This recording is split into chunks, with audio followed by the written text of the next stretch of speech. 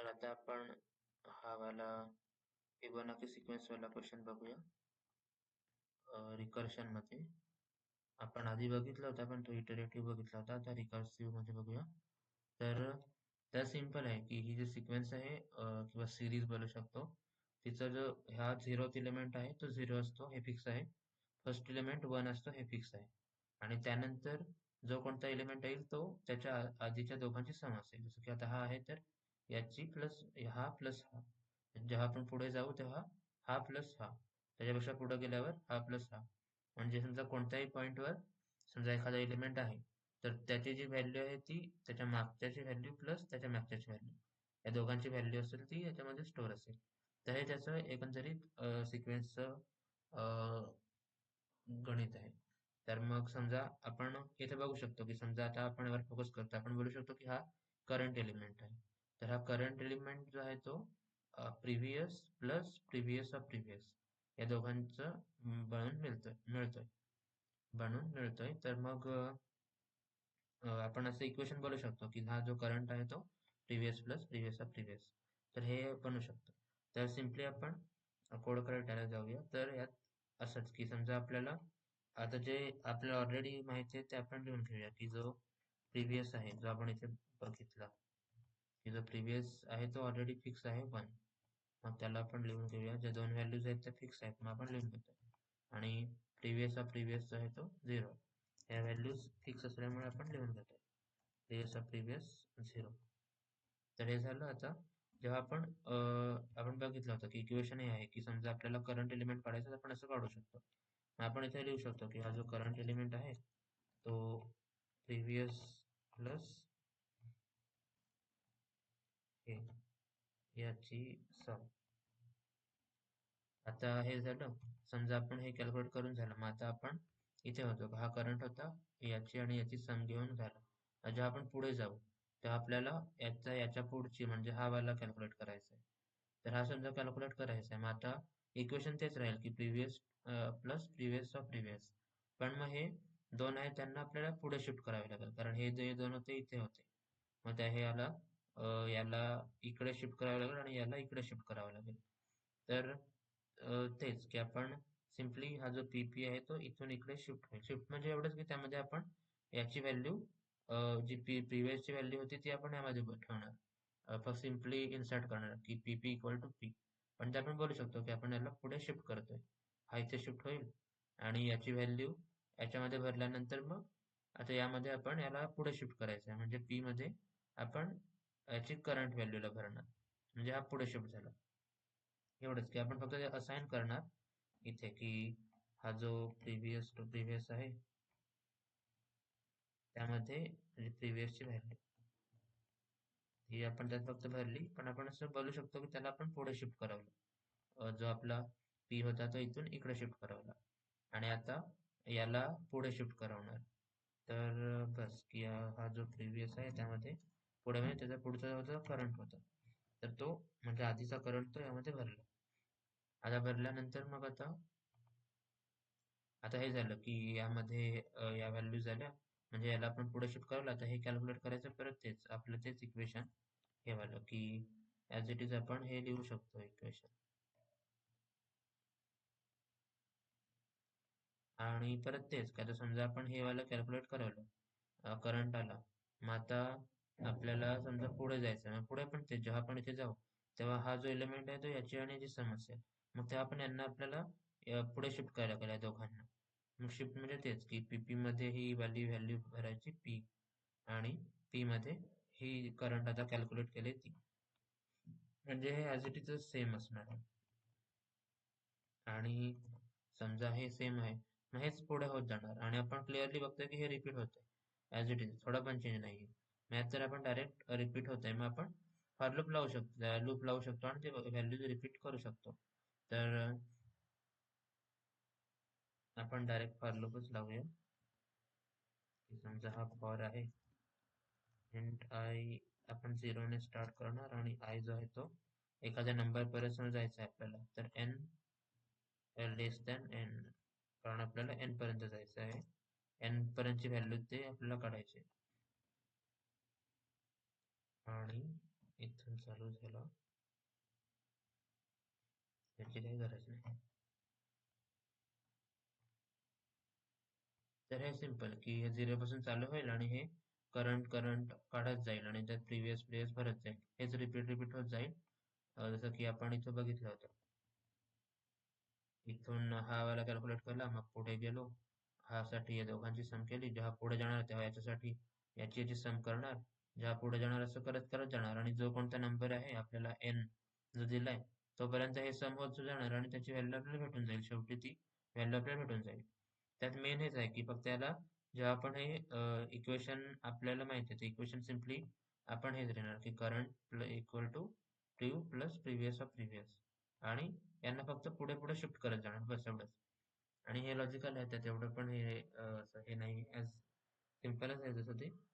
तर यात आता समजा आपण पण यात एक इम्पॉर्टंट गोष्ट म्हणजे अशी की जेव्हा आपण हे करतो याला आपण शिफ्ट करतोय पुढे तर आपल्याला पहिले यालाच पुढे शिफ्ट करावे लागेल जसं की आता हे आहे इथे आपण होतो तर हे आपण इथे आलो तर आपल्याला हे पीपी इथे होतं तर पहिले आपल्याला पीपी ला पुढे शिफ्ट करावे लागेल नंतर पी ला पुढे कारण समजा आपण याला आधीच शिफ्ट करवलं की पी ला इकडे शिफ्ट करवलं तर मग पी मध्ये जी व्हॅल्यू आहे ती ही असणार करंट वाली असणार मग त्यानंतर नंतर समजा आपण याला बोललो की P P equal to P तर मग यामध्ये पण हीच व्हॅल्यू स्टोअर होईल म्हणजे समजा आपण लिहिलं की पी इक्वल टू करंट मग पी मध्ये करंट व्हॅल्यू आहे आणि त्यानंतर मग ही जे आपले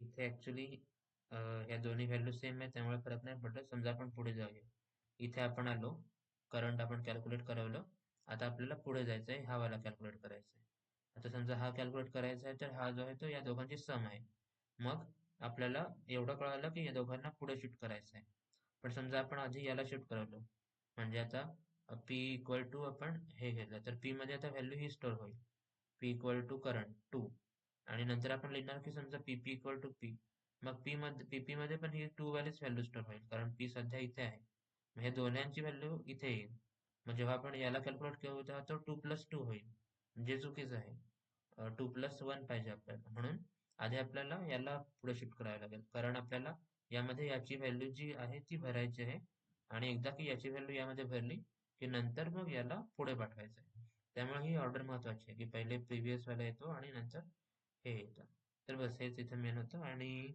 आता हे समजा आपण हे सगळं झालं त्यानंतर आपण सी आउट करणार जो कोणता एन वाला जो असेल कारण हे एन पर्यंत चालेल आणि जो असेल तो करंट मध्ये येऊन स्टोअर होईल जसं की आता आपण बघू शकतो समजा सुरुवात होईल 0 ने नंतर 1 नंतर 2 नंतर 3 नंतर 5 नंतर 8 जे 0 एपी बनलं कसं 0 1 नंतर सॉरी इथे 1 प्लस 1 1 प्लस 0 1 येईल नंतर 1 प्लस 1 2 येईल नंतर 2 प्लस 1 3 येईल नंतर 3 प्लस 2 5 नंतर 5 प्लस 8 13 येईल 8 गेलं 8 त्यानंतर हा 13 त्यानंतर 13 प्लस 8 21 आणि हे पुढे जाणार तर हे सिक्वेन्स मध्ये हे असतं की याला झिरो टर्म म्हणतात झिरो एलिमेंट कन्सिडर करतात नंतर first second third fourth fifth आणि हा तर समजा की आपण सध्या फिफ्थ वाला बघू की समजा आपण एन ला व्हॅल्यू ठेवला तर ते बरोबर 5 पर्यंत जातं का किंवा इथे आपण एन ठेवूया एन ला आपण सध्या आपण ते ठेवू समजा आपण 5 ठेवलं तर बरोबर ही फिफ्थ वाली टर्म येते का आपल्याकडे ते आपण प्रिंट करून बघूया कोड मध्ये सिंटॅक्स एरर तर नाहीये पण लॉजिकल एरर आहे की त्यासाठी आपण बघतोय सिंटॅक्स एरर पण आहे हा जो करंट आहे तो इनिशियलाइज नाही करायला म्हणून ते बोलतोय करंट तर यामध्ये काही व्हॅल्यू ठेवण्याची गरज नाही कारण इथे एनिवे आपण सम करतोय मग त्याला आपण तसं सोडू शकतो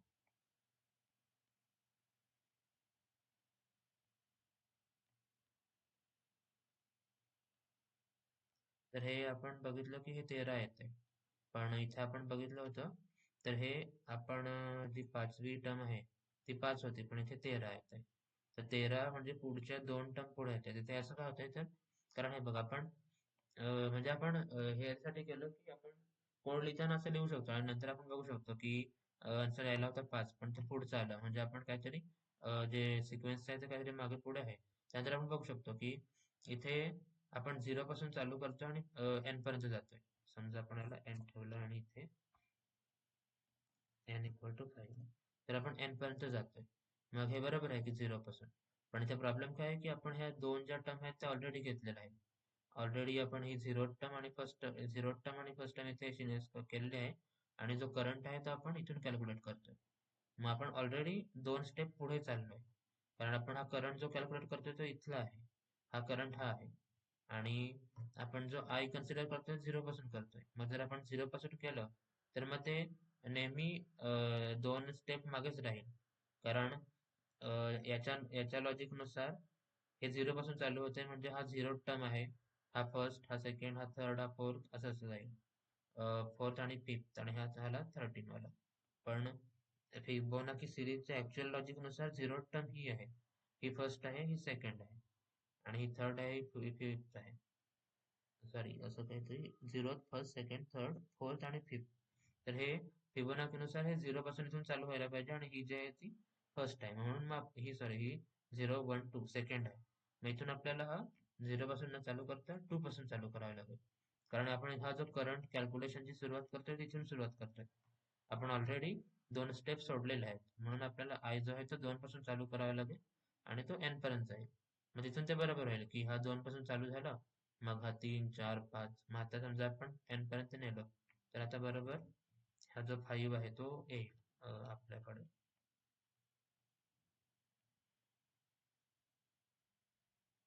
तर हा 5 आलेला आहे इथे. सिमिलरली समजा आपण हा 5 होता, 6, 7, 8. समजा आपण 8 वर गेलो, तर मग ते पण येईल.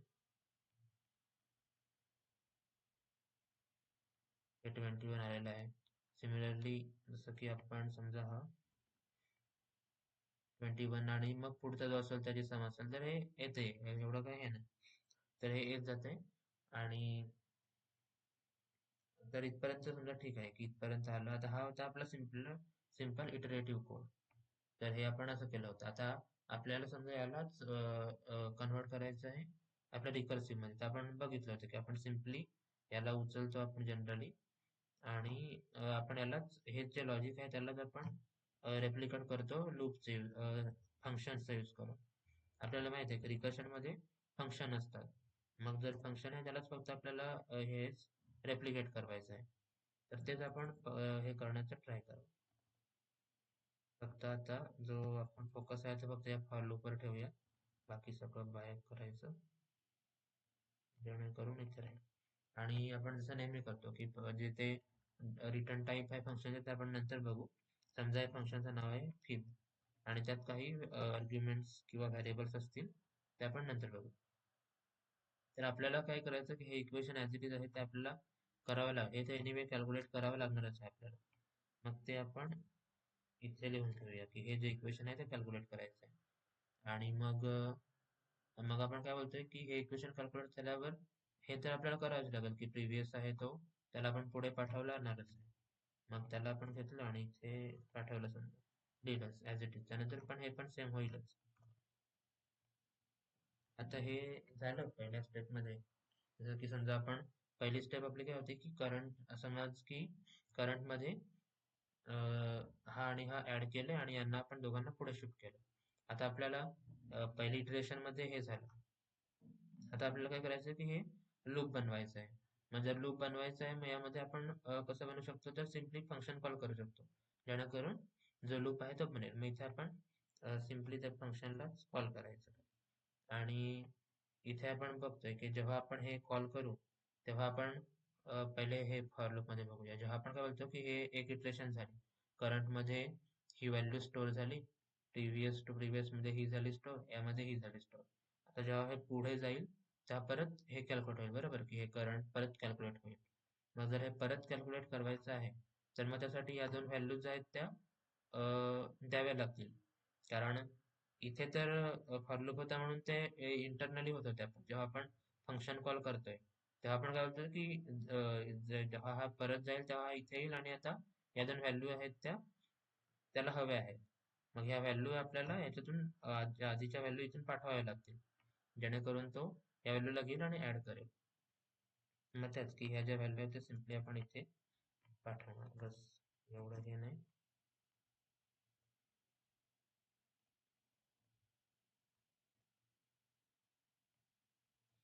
ह्या व्हॅल्यू आपण सिम्पली पाठवणार, जेणेकरून हा कॉल होईल आणि मग इथून हे इक्वेशन त्याला एक्झिक्यूट करवायचं आहे. मग हे करवायचं आहे, मग त्याला दोन व्हॅल्यू लागणार ज्या अपडेटेड आहेत त्या, तर त्यामुळे आपण ह्या इकडनं पाठवतोय आणि मग ह्या इथं सिम्पली कॉल होतील.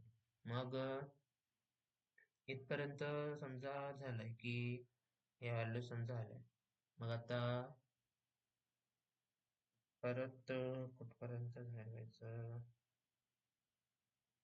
ठीक आहे, आपण एवढं वालं पहिले करून ठेवूया की आता ह्या व्हॅल्यूज समजा आहेत, तर मग ते काय असेल की इथे आपण ह्या व्हॅल्यूज घेऊन ठेवूया की आर्ग्युमेंट म्हणून की इंट ही व्हॅल्यू इंट प्रिव्हियस, ह्या दोन व्हॅल्यू त्याच्या असणार आणि इकडनं पाठवणार आणि हे सगळं गणित चालणार समजा. तर आपण बघूया मेन पासून की समजा आपण वन बाय वन जाऊन बघूया व्हॅल्यूज.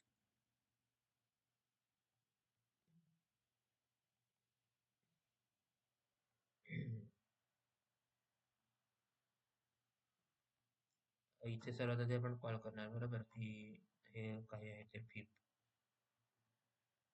फिब आपण कॉल करणार आणि त्यामध्ये ह्या दोन सुरुवातीला ह्या दोन व्हॅल्यू पाठवणार आपण, कारण ह्या दोन व्हॅल्यू ज्या आहेत त्या फिक्स आहेत बरोबर. ही जी प्रिव्हियस टू प्रिव्हियस व्हॅल्यू आणि हे गडबड करायला ना,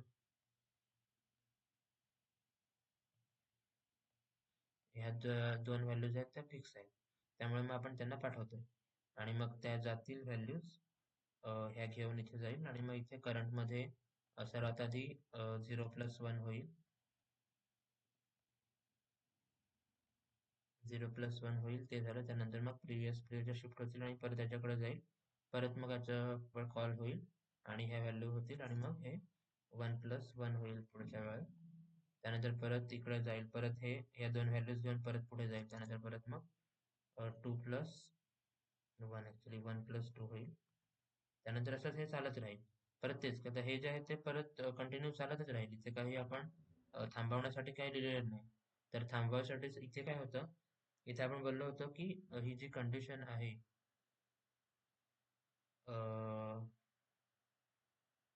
हा, ही जी कंडिशन आहे की आपण कंडिशन ठेवली होती की आय जो आहे तो एन पर्यंत होईपर्यंत आपल्याला चालवत जायचं आहे. मग इथे पण आपण सेम कंडिशन ठेवू शकतो पाहिजे तर, पण त्यासाठी आपल्याला आय ची व्हॅल्यू जी आहे ती आधीपासून जसं की आपण आय ची व्हॅल्यू 2 घेतलेली होती, मग आपल्याला इथे पण आय ची व्हॅल्यू इनिशियली 2 घ्यावी लागेल की आय जो आहे तो 2 असेल आणि तो 2 पासून आता तो इथे आपण लिहू शकतो की आता तो जो आहे त्याला पाठवावा पण लागेल म्हणून, तर ते आपण इथे वाटल्यास तर याची ऑर्डर मॅटर नाही करत, आपण कुठेही पाठवू शकतो आहे इथे किंवा सुरुवातीला. पण समजा आपण पाठवला आणि तो इथे आपण इन टाइम म्हणून घेतला, इन आय, आणि जसं की आपण त्यात होतं यात पण आपण कंडिशन आपण लावू शकतो की इफ, इथे आपण काय बोललो होतो की आय जो आहे तो इथे हे फॉर लूपच आहे म्हणून आपण बोललो होतो की आय जो आहे तो 2 पासून चालू होईल आणि एन पर्यंत जाईल. तर असं आपण बोललो होतो, पण आपल्या इथं काय बोलायचं की जो आय जो आहे तो समजा आपण ॲज इट इज लिहितो की I less than equal to N.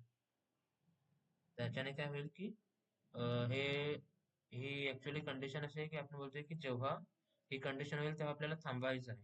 मग थांबवण्यासाठी आपण असं लिहिलं की I less than equal to N, तर आय तर पहिल्यापासून लेसच आहे, मग ते चुकीचं होईल. आपल्याला असं बोलावं लागेल की जेव्हा आय जो आहे तो एन पेक्षा मोठा होईल तेव्हा थांबायचं आहे, कारण आपल्याला इथे आपण ही चालण्याची कंडिशन आहे की आय 2 पासून एन पर्यंत जाईल तोपर्यंत चालावं, आणि ही थांबण्याची कंडिशन आहे, म्हणून मग आपल्याला याच्यापेक्षा उलटवाली लागेल. लेस दॅन इक्वल टूचा उलट असतं की ग्रेटर दॅन, की जेव्हा आय जो एन पेक्षा मोठा होईल तेव्हा आपल्याला थांबायचं आहे. आणि आपण बघितलंय की जेव्हा आपल्याला थांबायचं असतं तेव्हा आपण सिम्पली रिटर्न लिहितो, याच्याने होतं की जे एक्झिक्युशन आहे ते थांबून जातं. आणि मग आता इथे आता दोन गोष्टी आहेत. पहिली गोष्ट की एन जो आहे एन पण आपल्याला पाठवावे लागेल, मग तो पण आपण इथून पाठवणार सिम्पली एन. मग आता ह्या सगळ्या व्हॅल्यू पाठवल्या, हे व्हॅल्यूज आपण हे कोणत्याही सिक्वेन्स मध्ये पाठवू शकतो. हे कारण की आपण वन बाय वन गेलो त्यानुसार आपण घेतलंय, तर त्याचं काही हे नाही. आता पाठवल्यानंतर इथेही आपल्याला तो जो आहे व्हेरिएबल मध्ये स्टोअर करावा लागेल. इथेही आपण कोणतेही नेम देऊ शकतो, पण आपण सिम्प्लिसिटीसाठी सेमच ठेवायचं जेणेकरून कन्फ्युजन नाही होणार. तर मग हे झालं. आता इथे आपण लिहिलं. आता हे बघायला गेलं तर होईलच सगळं. फक्त एवढंच की हे जेव्हा होईल तेव्हा आपण इथे बोलणार की याला प्रिंट पण कर, जो शेवटी असेल तो. आपण असं बोलतोय की जेव्हा जेव्हा केव्हा हे त्याला शेवटीच प्रिंट करायला पाहिजे होतं. आपण बोलतोय की जेव्हा हा रीच होईल तेव्हा मग हा शेवटचा जो आहे तो प्रिंट पण कर. मग समजा तो आपल्याला प्रिंट करवायचा आहे, की आपण बोलतोय की करंट, किंवा आपण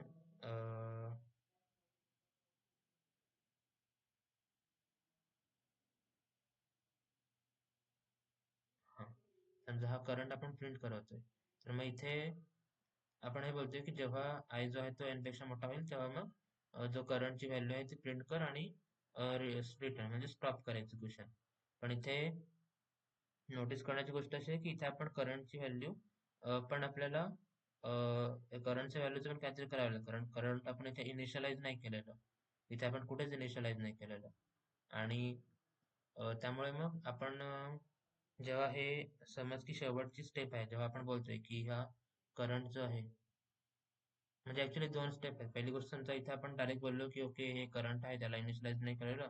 इथे सिम्पली कुठेतरी एका कोपऱ्यात लिहा की इंट करंट, आणि तो झाला इनिशियलाइज झाला म्हणजे टेन्शन नाही. इंट करंट, मग तो इनिशियलाइज झाला. आणि ऍक्च्युली तो इनिशियलाइज नाही झाला, डिक्लेअर झालेला आहे, डिक्लेअर झाला. आणि मग तो आपण यूज करू शकतो. पण याचा प्रॉब्लेम काय आहे की जेव्हा शेवटचा आपण काय बोलतोय की जेव्हा आय ग्रेटर दॅन तेव्हा करंट जो आहे तो प्रिंट कर. म्हणजे इथे आपण एक्सपेक्ट करतोय की करंटची जी आधीची व्हॅल्यू आहे ती प्रिंट करायला पाहिजे, आधीच्या वेळी जी कॅल्क्युलेट झाली होती ती. जर आपण असं ठेवलं तर आता हे तर फक्त डिक्लेअर झालंय, म्हणजे याच्यात कोणतीच व्हॅल्यू नाही. मग हे तर काहीतरी गार्बेज व्हॅल्यू काही पण रॅन्डम प्रिंट करेल. पण आपल्याला असं नाही, आपण बोलतोय की जेव्हा हा कॉल होईल तेव्हा ही जी आधीची कॅल्क्युलेटेड व्हॅल्यू आहे ती प्रत्येक वेळी गेली पाहिजे असं आपण बोलतोय, जेणेकरून शेवटी आपण इथं प्रिंट करू. त्यामुळे मग हे करंट जो आहे त्याला पण आपल्याला पाठवावे लागेल इथून. इथे जसं की आपण आय आणि एन पण आपण ऍड केलं होतं शेवटी, तसं आपल्याला करंट पण पाठवावे लागेल. कारण आपण बोलतोय की जेव्हा शेवटी सगळं होईल, आता समज की आपण शेवटच्या स्टेपवर आहेत, आपण करंट वगैरे कॅल्क्युलेट केलेला आहे, आय जो आहे तो इक्वल एन आहे. आता करंट कॅल्क्युलेट केला. आता जो करंट कॅल्क्युलेट केलाय तो आपण हे करतो, एक्सपेक्ट करतो की तो आपण पाठवणार, जेणेकरून तो करंट वाला आहे तो इथे जाईल आणि इथे तो रिसीव्ह होईल या ठिकाणी ती कॅल्क्युलेटेड व्हॅल्यू. आणि ती जी व्हॅल्यू आहे जेव्हा तो इथे येईल तेव्हा बघेल की आय जो आहे तो आता वाढलेला आहे, तो एन झालेला आहे, मग त्यावेळी तो प्रिंट करेल. म्हणून मग आपण इथे इनिशियलाइज नाही करणार, कारण सध्या हे मग आपण आपण एक्सपेक्ट करतोय की जी व्हॅल्यू आहे करंटची, ती जी कॅल्क्युलेट केली ती आपल्याला प्रिंट करायची आहे. म्हणून आपण जी कॅल्क्युलेटेड व्हॅल्यू इथून पाठवणार, ती इथे रिसीव्ह होणार आणि ती व्हॅल्यू आपण इथे प्रिंट करणार. जर आपण इथे असंच केलं तर मग हे प्रत्येक वेळी हे डिक्लेअर होत जाईल आणि मग यात गार्बेज व्हॅल्यू राहील. मग हे सगळं कॅल्क्युलेशनचा काही अर्थ नाही राहणार, असं गडबड होईल. म्हणून आपण हे केलं. आणि दुसरी गोष्ट, आय जो आहे तो पण आपण इथे आय ची व्हॅल्यू 2 होती, त्यानंतर आपण पाठवलं. आणि ऍक्च्युली आय ची व्हॅल्यू आपण आय प्लस प्लस नाही केलेलं, जसं आपण फॉर लूप मध्ये इथे आय प्लस प्लस केलं होतं ते आपण इथे नाही केलेलं. त्यामुळे या फंक्शनच्या जस्ट आधी आपण आय प्लस प्लस करू शकतो, जेणेकरून आय ची व्हॅल्यू वाढत वाढत जाईल आणि जेव्हा एन पेक्षा मोठी झाली तेव्हा हे वालं एक्झिक्यूट होईल, त्यामध्ये करंट आहे ते प्रिंट होईल आणि संपलं. तर हेच आहे. याला कमेंट आउट करावं लागेल. आणि हां, इथपर्यंत तर आहे. तर 8 जो आहे तो 21 आहे त्याची, तर ती व्हॅल्यू यायला पाहिजे. सिंटॅक्स एरर तर दिसलं नाही मला कुठे, पण आहेच कुठेतरी काहीतरी. हिब इथून आहे इथपर्यंत, इथे करंट पण पाठवायचं आहे. इथे आपण करंट पाठवलाय ना, तर तो हे करतो. तर समजा आपण करंट पाठवलंय, तर इथे आपण काहीतरी इथे करंट मध्ये काही व्हॅल्यू नाही ठेवली तरी ऍक्च्युली, हा तेच, इथे आपण करंट मध्ये काही व्हॅल्यू ठेवलेली नाहीये ना, आपण तेच पाठवलंय. मग ते इथे ते रिसीव्ह करते व्हॅल्यू. माझं काही व्हॅल्यूच नाही, मग काय रिसिव्ह करेल, म्हणून ते एरर दाखवतो. मग इनिशियली आपण काय पण ठेवू शकतो, काही फरक नाही पडत. काही पण जे मनात येईल ते 0 1 2 3 काही पण ठेवू शकतो, जेणेकरून एक कोणती तरी एक व्हॅल्यू असेल, प्रॉक्सी व्हॅल्यू जिथून जाईल आणि तिथे रिसिव्ह होईल. सुरुवातीला काही फरक नाही पडत, कारण सुरू इथे कॅल्क्युलेशन होणारच आहे. त्यामुळे इथे काही व्हॅल्यू आली तरी काही फरक नाही पडत. इथून कॅल्क्युलेशन झालं का नंतर मग ते कॅल्क्युलेटेड आहे ते जात राहील मेन वालं. आणि त्याचा पण मध्ये काही फायदा नाही पडत, की काही पण व्हॅल्यू गेली तरी काही फरक नाही पडत, कारण मध्ये हे कॅल्क्युलेट होणारच आहे. त्याचं मेन काम आहे शेवटी, जेव्हा समजा शेवटी आपली हे करत करत 21 व्हॅल्यू आहे ती, समज की करंटच्या मध्ये आपली आलेली आहे. शेवटच्या मध्ये समजा 21 व्हॅल्यू आलेली आहे. आता ही 21 व्हॅल्यू तर आपल्याला इथून पाठवायची आहे, जेणेकरून इथे रिसिव्ह होईल आणि ती इथे जाऊन प्रिंट होईल. म्हणून ते आपण एवढं सगळं गणित केलं. तर आता तरी त्यात एरर नसावे.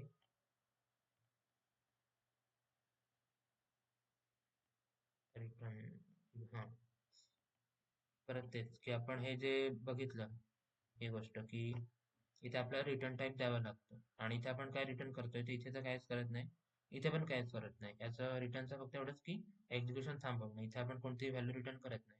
मग कोणतीही व्हॅल्यू नाही आहे, मग त्याचा काही डेटा टाईप पण येणार नाही, मग तो व्हॉइड, व्हॉइड म्हणजे नल. मग तो जो रिटर्न टाईप आहे तो नल आहे, या फंक्शनचा रिटर्न टाईप नल आहे, मग तो व्हॉइड, म्हणून आपण त्याला व्हॉइड करवलं. तर हे आपलं 21 आलेलं आहे. तर तोच कोड होता, म्हणजे फॉर लूप आलाच, फक्त आपण त्याला हे करवलं, लूपच्या स्ट्रक्चरमध्ये आणलं. त्यात पण तेच, हे जे कॅल्क्युलेशन तेच आहे, ते इक्वेशन तेच आहे. प्रिव्हियसला आपण पुढे शिफ्ट करतो, नंतर याला पुढे शिफ्ट करतो, त्यानंतर आपला आय प्लस आणि सिम्पल लूपचं लाईक स्ट्रक्चर बनवण्यासाठी आपण फंक्शन कॉल करतो, सिम्पल. तर हे आणि याच्याने झालं. तर आता हे वाला जे होतं ते ऍक्च्युली इथपर्यंत, ऍक्च्युली हा कोड आहे तर पूर्ण वर्किंग आहे, काही हे नाही, टेन्शन नाही, म्हणजे इथपर्यंत झालं. जर तुला वाटलं की हे ठीक आहे, इथपर्यंत हा व्यवस्थित कोड आहे, काय टेन्शन घेण्याची गरज नाही, तर तू हा व्हिडिओ इथे थांबू शकते, पुढे जाण्याची गरज नाही. कारण पुढे आपण दुसरा एक आहे अप्रोच तो बघणार आहे. तो ऍक्च्युली जनरली तो वाला यूज करतात, पण तो तेवढा इंटिग्रेटिव्ह नाही आहे.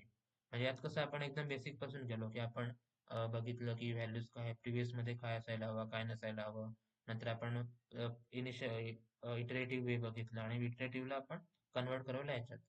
त्यामुळे हा एकदम बेसिक पासून आपण बघितला, फर्स्ट प्रिन्सिपल पासून बघितलं, एकूण एक गोष्ट बघितली. पण जो दुसरा अप्रोच आहे तो एकदम म्हणजे थोडा डायरेक्ट आहे. त्यामध्ये तो म्हणजे एवढं इंटिग्रेटिव्ह नाही. पण जर तुला वाटतं की हे सगळं ठीक आहे, व्यवस्थित तिथपर्यंत कोड हा ठीकठाक आहे, तर मग तू इथे थांबू शकते हा व्हिडिओ, कारण हा पण कोड फुल्ली वर्किंग आहे, यात काय हे याचं टेन्शन नाही. आणि हां, बस तर आता, आणि जर तुला वाटलं की नाही जाऊ दे ठीक आहे, बघू पुढचा व्हिडिओ पण टाइमपाससाठी, तर तू बघू शकते. तर आता चालू करूया पार्ट टू. तर पार्ट टू असं आहे की जे दुसरा अप्रोच आहे तो जनरली असं होतं रिव्हर्समध्ये, म्हणजे जेव्हा आपण हा वाला कॅल्क्युलेट केला, तेव्हा आपण काय केलं की आपण सुरुवातीपासून घेतलं, की पहिले 1 आणि 0 पासून गेलो. म्हणजे इथून आपण 0 वाला पहिले बघितला, त्यानंतर 1, नंतर मग याला कॅल्क्युलेट केलं, मग याला केलं, पुढे पुढे गेलो. आणि याच्यात हा वाला, यात काय आहे की यात शेवटच्याला पहिले पकडतात, एकदम शेवटीवाला, जसं की हा वाला, या वाला. ते लोक इथून सुरू करतात त्या अप्रोच मध्ये, की पहिले हा आपण फाइंड करू, आणि मग हा फाइंड करण्यासाठी हा फाइंड करू, यासाठी हा फाइंड करू, याच्यासाठी तो, असं करत करत मागे येतो. मग तो कारण की तो मागून होतोय, मग त्या मागून मध्ये खूप साऱ्या त्यात हे येतात, जसं की हा आहे. तर आपण इथे बोलतोय की आपल्याला हे माहिती आहे की हा फिबोनाची समजा याचा आपल्याला कॅल्क्युलेट करायचा आहे. तर हा जो आहे तो n-1 ची व्हॅल्यू प्लस n-2 ची value, previous plus previous of previous, यांच्या दोघांचं त्याला व्हॅल्यू लागेल, तेव्हा आपण ह्या कॅल्क्युलेट करू शकू. बरोबर, की म्हणून आपण बोलतो की हा जो आहे तो हा कॅल्क्युलेट करण्यासाठी आपल्याला पहिले याची कॅल्क्युलेट करावी लागेल व्हॅल्यू, प्रिव्हियसची आणि प्रिव्हियस ऑफ प्रिव्हियसची. मग त्यानंतर परत तेच, की समजा आता प्रिव्हियसची व्हॅल्यू कॅल्क्युलेट करण्यासाठी परत याच्या पण आधीचे दोन, याच्यासाठी याच्या आधीचे दोन, मग असं करत करत जातं ते. मग यात ऍक्च्युली आता असं आपण बोलू शकतो की आपण पुढे काय आहे का, हा याचं आपण इक्वेशन पासूनच सुरुवात करू शकतो. डायरेक्ट आपल्याला इक्वेशन माहिती आहे की फिब एन साठी n-1 आणि n-2 पाहिजे. तर मग समजा आपण हे करायचं झालं तर यात हे फंक्शन थोडं चेंज होईल. हे जे आहे ते पण व्हॅल्यू चेंज होतीलच. काय होतील ते आपण नंतर बघू. तर मग तेच की यात काय आहे की आपल्याला हे माहिती आहे की जो फिब एन आहे म्हणजे करंट किंवा आपण त्याला बोलू शकतो फिब एन आहे तो फिब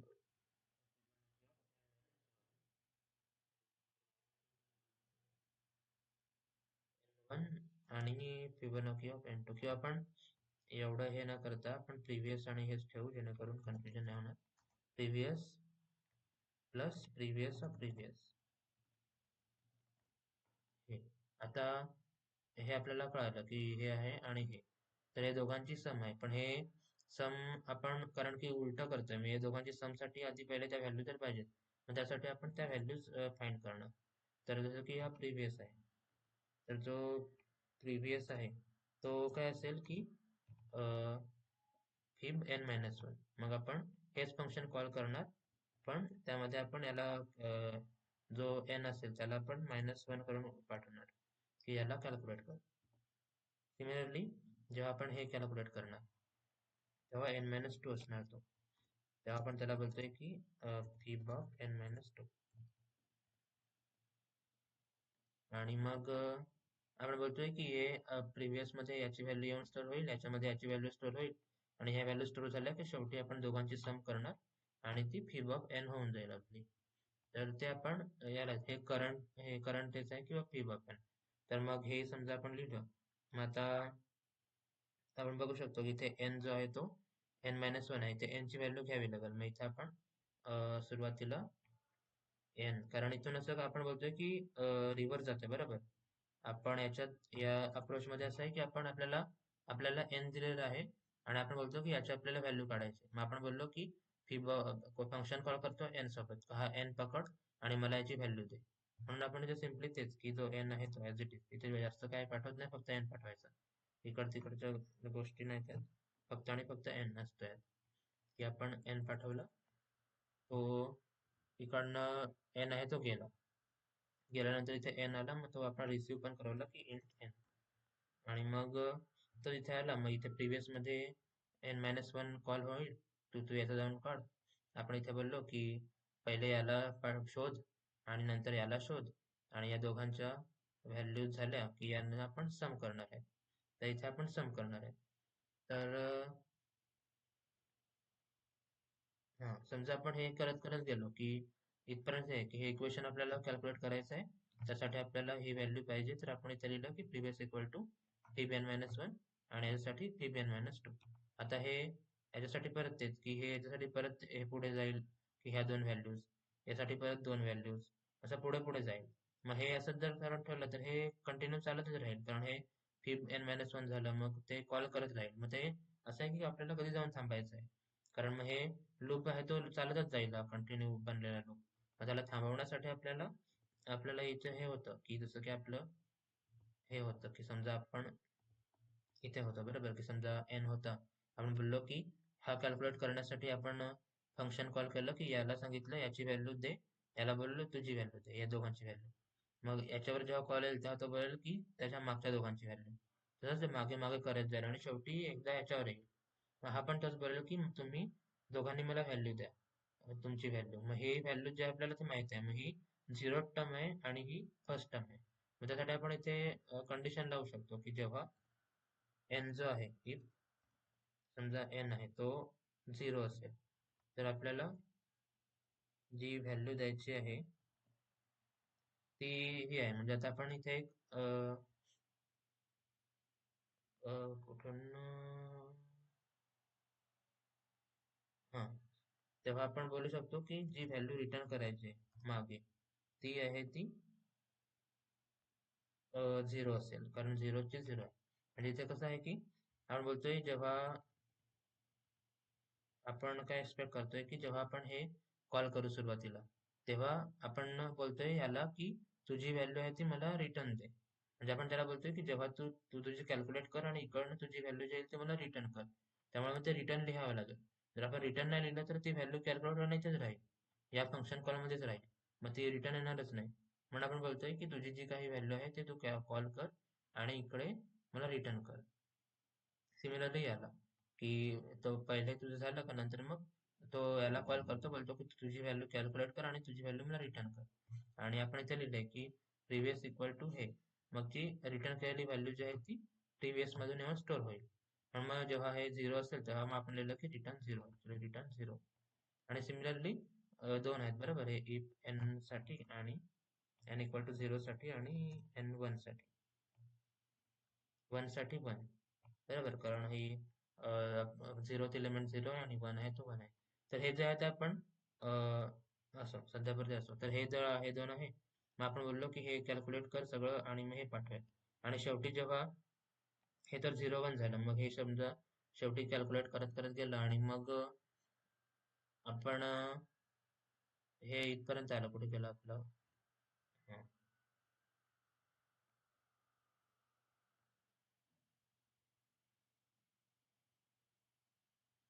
तर इथे आपण समजा आता इथे होता, त्याने याला सांगितलं की पाठव व्हॅल्यू, याला बोललं पाठव व्हॅल्यू, पाठव पाठव करत इथपर्यंत आलं. आता इथे समजा आलेलं आहे. आता इथे आलं, मग त्याने काय बोललो की याला बोललो की तू एन जर एन ला कॉल केला, बोललो की पाठव व्हॅल्यू, मग त्याने 1 पाठवली. आणि मग याने याला बोललो आणि इकडनं 1 पाठवली. मग हे त्याने इथे ऍड केलं की फिब एन प्रिव्ह्यू मध्ये ही जी आहे ती 0 येऊन सॉरी 1 येऊन स्टोअर झाली, आणि n-2 मध्ये 0 येऊन स्टोअर झाली. हे दोन झालं आणि मग हे दोन इथे आलं आणि इथे 1 प्लस 0 झालं. मग आता आता आपण या कंडिशन इथे आहे, मग इथे 0 झालं, मग आता ही व्हॅल्यू जी आहे ती परत रिटर्न करावी लागेल मागे. कारण जर एवढंच हे झालं 0 प्लस 1 1 आणि आपण सोडून दिलं, तर मग ती व्हॅल्यू इथेच झाली, हे एवढंच कॅल्क्युलेट झालं, इकडे काही गेलंच नाही. म्हणून मग असं आहे की जी जी कॅल्क्युलेट व्हॅल्यू झालेली आहे त्याला पण आपण रिटर्न करावं लागेल, की रिटर्न जी फिब एन, जी इथे आपण जी करंट व्हॅल्यू आहे ते आपण पुढे पाठवतोय. इथे फिबियन बोलू शकतो किंवा करंट पण बोलू शकतो आपण, वाटल्यास तर आपण करंट पण बोलू शकतो, की आपण इथे जी कॅल्क्युलेट केलंय ते आपण पुढे पाठवतोय आता. त्यानंतर इथे परत तेच की याच्या जवळ या दोघांकडून व्हॅल्यू येतील, याच्याकडनं 1 येईल, याच्याकडनं पण 1 होईल, मग परत तिथे कॅल्क्युलेट होईल, मग परत ती आहे ती पुढे पाठवली जाईल, मग पुढे पाठवली जाईल आणि हे रिव्हर्स करत करत सगळं शेवटी ती जाईल. मग हे ॲज इट इज आहे. यात पण आपण जे फॅक्टोरियलच्या क्वेश्चन मध्ये किंवा रिकर्शनच्या इंट्रो मध्ये आपण जे बघितलं होतं, ते फंक्शन कॉल करून, तसं पण तू बघू शकते यात. यात पण तेच असणार, जसं की हे आपण बघितलं होतं फंक्शन कॉल्स वगैरे करून, की फंक्शनचं हे कुठे जाईल कसं जाईल, आपण बघितलेलं होतं हे, की कसं कसं असेल फंक्शन कॉल, जसं आपण फिबोनाकीच्या मध्ये पण बघू शकते, ते सेमच असणार आहे. तर त्यामुळे ते बघू शकते आणि याचं पण सेमच आहे. तर हे ऍक्च्युअल आय थिंक झालेला आहे कोड. तर हा रिव्हर्स वाला आहे, आपण याच्या व्हॅल्यू एकदा प्रिंट करून बघूया. जर की आपण इथे 8 साठी कॅल्क्युलेट केलंय, तर ते करेक्टली होतंय का की काही राईट आहे म्हणून. इथं काय झालं, रिटर्न 0 रिटर्न 1. याचा जो रिटर्न टाईप आहे तो आपण आधीचा व्हॉइड लिहिलेला होता, पण इथे कारण की आपण हे 0 रिटर्न करतोय ते इंटिजर आहे, हे पण इंटिजर आहे, आणि हे इथे रिटर्न करतोय ही व्हॅल्यू पण इंटिजर आहे, म्हणून मग आपण याला इथे इंट लिहावं लागेल, मग ते होईल.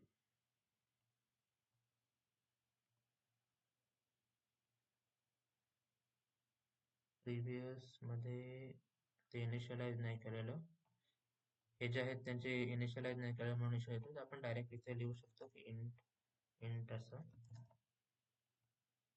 इनिशियलाइज किंवा डिक्लेअर.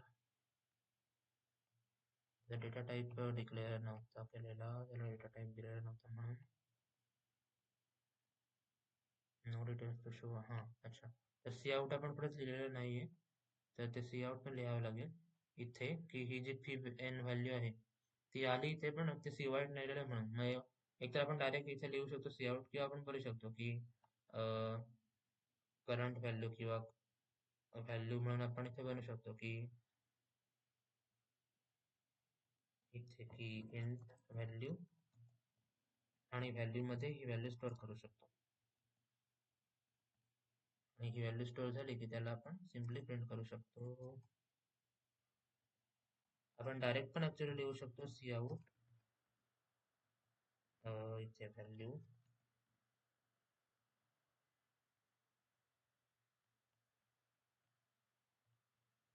तर कारण की 8चं आपण केलंय तर 8चं 21 यायला पाहिजे आणि हे इथे 21 आलंय. तर तेच की आपण इथनं बोललो की हे कॉल करायचं n सोबत, इथून आपण 8 पाठवलं, मग इथून 8 गेलं आणि मग ते रिव्हर्स रिव्हर्स होत राहिलं आपलं लॉजिक याच्यानुसार. पहिले 8 गेलं, मग त्याने 7 ला कॉल केलं, मग हे 7चा पहिले कॉल होईल, मग त्याच्यामध्ये हा 7 वाला 6 ला कॉल करेल, 6 वाला असं करत करत इकडे जाईल. त्यानंतर परत येईल, मग इकडनं समजा 6 ची व्हॅल्यू आली, मग हा 5 वाल्याला कॉल करेल. इकडनं 5 सगळं गणित होईल, ती व्हॅल्यू येईल, मग ती आली की नंतर हे थांबेल आणि मग मग याचं वाला होईल, मग याचं कॉल होतील आणि मग शेवटी जी याची व्हॅल्यू आहे ती याची याच्यावर रिटर्न होईल, याची याच्याकडून याच्यावर रिटर्न होईल आणि ते कॅल्क्युलेट होईल आणि ते शेवटी जी कॅल्क्युलेट झालेली व्हॅल्यू ती इथून रिटर्न ऍट द एंड इथून रिटर्न होईल आणि रिटर्न केल्यानंतर ती व्हॅल्यू मध्ये येऊन स्टोअर होईल आणि आपण इथे व्हॅल्यू करतोय. तर ऍक्च्युली पाहिजे तर आपण डायरेक्ट इथे पण लिहू शकतो सी आउट डायरेक्ट. तर याच्याने पण ते सेमच होईल की जी काही व्हॅल्यू आहे ती सिम्पली प्रिंट होईल. आणि सिमिलरली बस सध्या एवढं खूप आहे. तर हेच की हे आहे तो दुसरा अप्रोच आहे. आणि अजून एक गोष्ट म्हणजे जसं की आपण इथे हे इंट आहे, जसं मी फॅक्टोरियल मध्ये बोललो होतो की इंट आहे, त्याला आपण वाटल्यास तर जेव्हा आपण नंबरचा करतो तेव्हा प्रत्येक इंटला आपण लॉंग लॉंग करू शकतो की लॉंग लॉंग इंट, जेणेकरून त्याची रेंज जी आहे ती मॅक्सिमम राहील.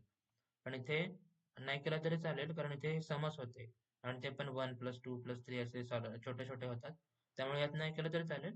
पण जनरली जे नंबर्स वाला असतं तेव्हा जर आपण बघायचं आणि लॉंग लॉंग केलेलं बरं. तर सध्यापुरते ठीक आहे, हे हा कोड आहे त्याचा डबल टॉप डाऊन. पण यात प्रॉब्लेम आहे की हे तेवढं इंट्युइटिव्ह नाही, हे आपण उलट सुरुवात करतो आणि मग नंतर मग ते उलट सुलट होत राहतं सगळं. पण जसं तुला आवडेल, समजा तू हे पार्ट बघत असशील व्हिडिओचा, तर मग जर तुला हा आवडला तर तू ह्या वाला अप्रोच फॉलो करू शकते. जर तुला पहिला वाला अप्रोच आवडला तर तू तो करू शकते. दोन्ही कोड पूर्ण करेक्ट आहेत, त्यामुळे काही इश्यू नाही. तर ठीक आहे, सध्यापुरतं एवढंच. बाय.